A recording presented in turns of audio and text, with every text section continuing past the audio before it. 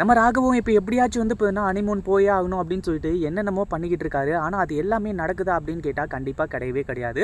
அது மட்டும் இல்லாமல் நம்ம அபி இருந்துட்டு வந்து பார்த்தீங்கன்னா கொஞ்சம் கூட இதுக்கு பிடி கொடுக்கவே மாட்டேங்கிறாங்க. என்ன பண்ணாலும் சரி, கிஃப்ட் வந்து பார்த்தீங்கன்னா வீட்டுக்கு அமிச்சாலும் சரி, ஆஃபீஸ்க்கு அமிச்சாலும் சரி, வேறு யாரும் அனுப்புகிறாங்க அப்படின்னு சொல்லிட்டு நம்ம அபி வந்து பார்த்தீங்கன்னா அந்த ஒரு கிஃப்ட்டை வந்து பிரித்து பார்க்காம வந்து பார்த்தீங்கன்னா இருந்துட்டு இருக்காங்க.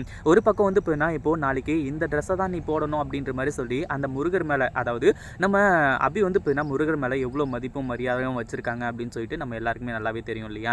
அந்த முருகர் மேலே சத்தியம் பண்ணதுக்கப்புறமா நம்ம அபிக்கு வேறு ஆப்ஷனே கிடையாது. அந்த ஒரு ட்ரெஸ்ஸை வந்து பார்த்தீங்கன்னா போட்டு தான் ஆகணும். இப்போ என்ன சார், அந்த ட்ரெஸ்ஸை போடணும் தானே, அதுக்காக வந்து பார்த்தீங்கன்னா அவர் மேலே இவர் மேலேன்னு சொல்லிட்டு எல்லார் மேலேயும் சத்தியம் வச்சுட்டு இருக்காதீங்க. நான் வந்து பார்த்தீங்கன்னா அதை வந்து போடுறேன் ஓகேங்களா அப்படி இப்படின்றமா வந்து சொல்லி ராகவ் கிட்ட வந்து சொல்ல ஆரம்பிச்சாங்க. ஒரு பக்கம் ராகவ் வந்துட்டு இதுக்கு தான் நான் எதிர்பார்த்தேன், நாளைக்கு வந்து பார்த்தீங்கன்னா நான் என்ன சொல்ல போகிறேன்னு பாரு, அது இதுக்கே இப்படி ஷாக் ஆனால் அடுத்தது நாளைக்கெல்லாம் வந்து பார்த்தீங்கன்னா இன்னும் பயங்கரமாக ஷாக் ஆக போல இருக்கே அப்படின்றமா வந்து சொல்லி ஒரு மிகப்பெரிய அதிர்ச்சியில் வந்து இப்போ இருந்துட்டு இருக்காங்க. அதே சமயம் இப்போ என்னாச்சு அப்படின்னு பார்த்தீங்கன்னா நம்ம ராகவ் வந்துட்டு காலங்காத்தால், அதாவது எந்திரிச்ச உடனே முதல்ல வந்து பார்த்தீங்கன்னா இந்த ட்ரெஸ்ஸை வந்து அபியை போட வைக்கணும் அப்படின்ற மாதிரி நினைக்கிறாங்க. ஒரு பக்கம் அபியை வந்துட்டு குளிக்கிறதுக்காக வந்து போகும்போது கடைசியில் வந்து பார்த்தீங்கன்னா நம்ம ராகவ் வந்துட்டு இங்கே வந்து பேசிகிட்டு இருக்காங்க, இந்த மாதிரி தான் விஷயம் அப்படி இப்படின்ற மாதிரி. அடுத்ததாக என்ன ஆச்சு அப்படின்னு பார்த்தீங்கன்னா கடைசியில் என்ன சார் உங்களுக்கு பிரச்சனை, அதான் அந்த ட்ரெஸ்ஸை போடுறேன்னு சொல்லிட்டல, அப்புறம் ஏன் இப்படி வந்து பண்ணிக்கிட்டு இருக்கீங்க, அந்த ட்ரெஸ்ஸை போடுறேன் அப்படின்றமா வந்து சொல்லிட்டு அந்த ட்ரெஸ்ஸை போட்டுட்டு வந்து நிற்கிறாங்க. அப்படியே தேவதை மாதிரி இருக்கிறத பார்த்த உடனே அப்படியே கொஞ்ச நேரத்துக்கு வந்து போயின்னா நம்ம ராகவ் வந்துட்டு மெய் மறந்து போயிடுறாரு.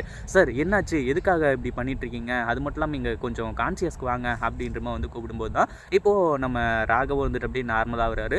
என்ன அப்படி நீ இவ்வளோ அழகாக இருக்க அப்படின்னு சொல்லிட்டு அப்படியே கொஞ்சம் கொஞ்சமாக வந்து வர்ணிக்க ஆரம்பிச்சிடறாரு. அது மட்டும் இல்லாமல் ஏன் இந்த ட்ரெஸ்ஸை போட சொன்னீங்க, எதுக்காக போட சொன்னீங்க அப்படின்ற மாதிரி வந்து கேட்கும்போது இல்லை அப்படி நான் உங்ககிட்ட வந்து போயின்னா எல்லாத்தையும் சொல்லணும்னு நினச்சேன், அது மட்டும் இல்லாமல் உனக்கு கிஃப்ட் அமிச்சதே நான் தான், அந்த கிஃப்ட்டை பிரித்து பார்ப்பேன் அப்படின்னு சொல்லிட்டு நான் எதிர்பார்த்தேன், ஆனால் அந்த மாதிரிலாம் எதுவுமே நடக்கலை, நம்ம ஹனிமூன் போகிறதுக்காக வந்து இப்போ என்ன நான் பிளான் பண்ணியிருக்கேன் அப்படி இப்படின்ற மாதிரி சொல்லும்போது, என்ன ராகவ் நீங்கள் பேசிகிட்டு இருக்கீங்க, நீங்கள் பேசுறது உங்களுக்கே நல்லா இருக்கா அப்படி இப்படின்னு சொல்லிட்டு ஒரு பக்கம் அபியும் சொல்லிட்டு இருக்காங்க.